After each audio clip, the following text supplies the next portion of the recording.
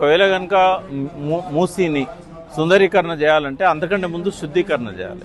శుద్ధీకరణ చేయాలంటే 5 phases కూడా శుద్ధీకరణ జరగాలి. ఇది కావడానికే 30 సంవత్సరాలు 50 సంవత్సరాలు పడుతుంది. ముందు ఇది అయిన తర్వాత మురికి వాసన లేకుండా చేసి ఆ మలినాలను తొలగించి కనీసం కాళ్ళు చేతులు కడుక్కునే విధంగానైనా ఆ నీళ్లు ఉన్నట్టయితే కింద నల్గొండ జిల్లాకు మంచినీళ్ళు పోయే అవకాశం ఉంటుంది. రేవంత్ రెడ్డి ప్రణాళికలో లోపాలు ఏంటంటే ఫస్ట్ ఫేజ్ అనేది ముందు టేకప్ చేయాల్సిన అవసరం లేదు.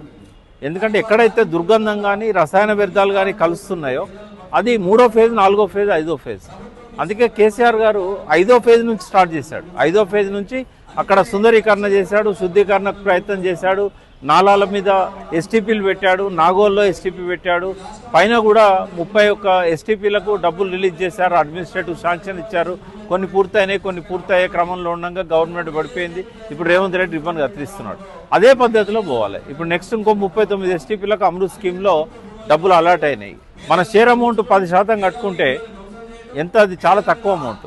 ఈ గాంధీ సాగర్కు 600 కోట్లు పెట్టేదానికంటే అమృత్ స్కీమ్లో ఉన్న 39 ఎస్టీపీలకు మన రాష్ట్ర వాటా 10% పెట్టుకున్నట్టయితే 90% కేంద్ర ప్రభుత్వం ఇస్తుంది.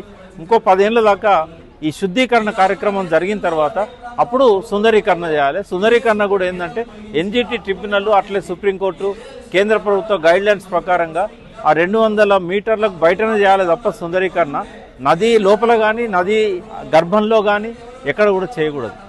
ఇప్పటికే ఇమ్లివన్ కట్టారు, మెట్రో కట్టారు, అనేక టెంపుల్స్ కట్టారు, తర్వాత సమాధులు కట్టుకున్నారు. ఇవన్నీ అట్లుండగా ఇప్పుడు మళ్ళీ శివాలయం నట్టనడి నది గర్భంలో శివుణ్ణి మేము పెడతామంటున్నారు. అది కూడా దాదాపు 100 ఫీట్లకు పైన. అంటే ఇటువంటి శివుడికైనా అన్నిటికి కూడా ఒకటే రూల్ ఉంటుంది. కాబట్టి నది గర్భంలో ఏమి ఉండడానికి వీల్లేదు. నేను భారతదేశ వర్షాధార నదుల మీద చైర్మన్గా పనిచేస్తున్నా, అన్ని రాష్ట్రాలు తిరుగుతున్నా. కాబట్టి నదిని నదిలాగానే బతకనియాలి. నదీ గర్భంలో ఎటువంటివి ఉండకూడదు. నది ఒడ్డున ఉన్న పర్యావరణాన్ని, ఎకలాజికల్ బ్యాలెన్స్ కాపాడాలి. బయోడైవర్సిటీ కేంద్రంగా ఉంటాయి నదులు. వాటిని కాపాడకుండా మనం ఏం చేసినా కూడా వాటి వల్ల నష్టమే జరుగుతుంది. కాబట్టి శుద్ధీకరణ ముందు, సుందరీకరణ వద్దు. అంటే ఇప్పుడు నైట్ ఎకానమీ పేరుతో ఏదైతే ఆకాశ హార్మ్యాలు కడుతున్నారో, ఎక్కడ సిమెంట్ కాంక్రీట్ ఉంటే అక్కడ అవినీతి ఉంటుంది. కాబట్టి దాన్ని పట్టుకోవడం బ్రహ్మతరం కూడా కాదు. కాబట్టి అవినీతి అనేది జస్టిఫై చేసే పరిస్థితి వచ్చింది. ఎందుకంటే తినకుండా ఎవడు పని చేయడు, తినని కానీ పని జరగాలి కదా అని. శుద్ధీకరణలో కూడా అవినీతి ఉంది. కానీ ఆ శుద్ధీకరణ ఏందో చేస్తే ప్రజలకు లాభం జరుగుతుంది కదా. చేయకూడదు అట్లా. డిపిఆర్ఏ కాదు, గైడ్లైన్స్ కూడా లేవు. అది వాళ్ళు ఇచ్చిన ప్రణాళిక చూస్తే అట్రాక్టివ్ ఉంటుంది. కానీ వాస్తవంగా ఏంటంటే నదికి కూడా కొన్ని నియమాలు ఉంటాయి. ప్రకృతి ఇచ్చిన నియమాలు ఉంటాయి, ప్రభుత్వం పెట్టిన నియమాలు ఉంటాయి. ఆ నియమాలు పాటించకపోతే ఇది ముందుకు పోదు. ప్రాజెక్టు ఇంకా 10 ఏళ్ళైనా ముందుకు పోదు. శుద్ధీకరణ కార్యక్రమం మొదలు పెడితే దానికి ఎవరు అడ్డుకోరు, ఎటువంటి ఇబ్బందులు ఉండవు. కానీ ఎప్పుడైతే డిస్ప్లేస్మెంట్ అంటామో అది ఆగిపోతుంది. పదు పార్క్ ఇది 0 వాల్యూ అన్నాడు.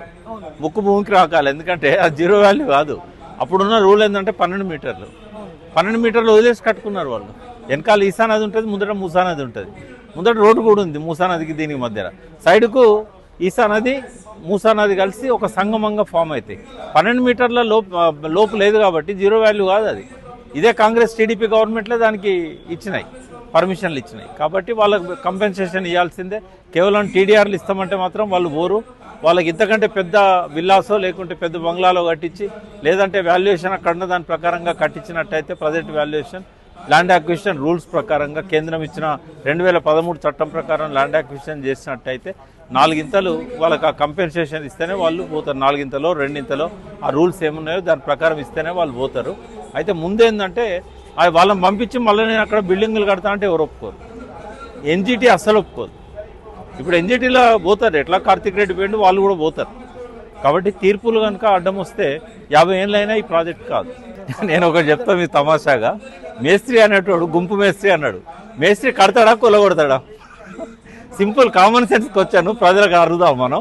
మేస్త్రి అనేటోడు ఇల్లు కడతాడా కూలగొడతాడా? మరి ఎట్లా మేస్త్రి అవుతాడు ఈయన?